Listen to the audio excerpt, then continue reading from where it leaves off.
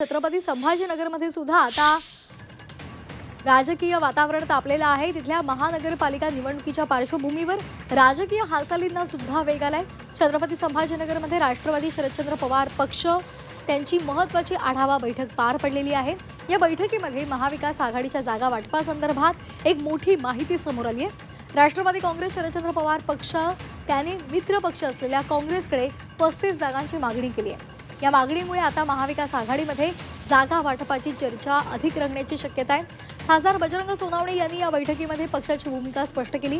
गेल्या काही काळापासून पक्षासोबत खंबीरपणे उभं राहिलेल्या निष्ठावंत कार्यकर्त्यांना या निवडणुकीमध्ये न्याय दिला जाईल, तसं त्यांनी ठामपणे सांगितलेलं आहे।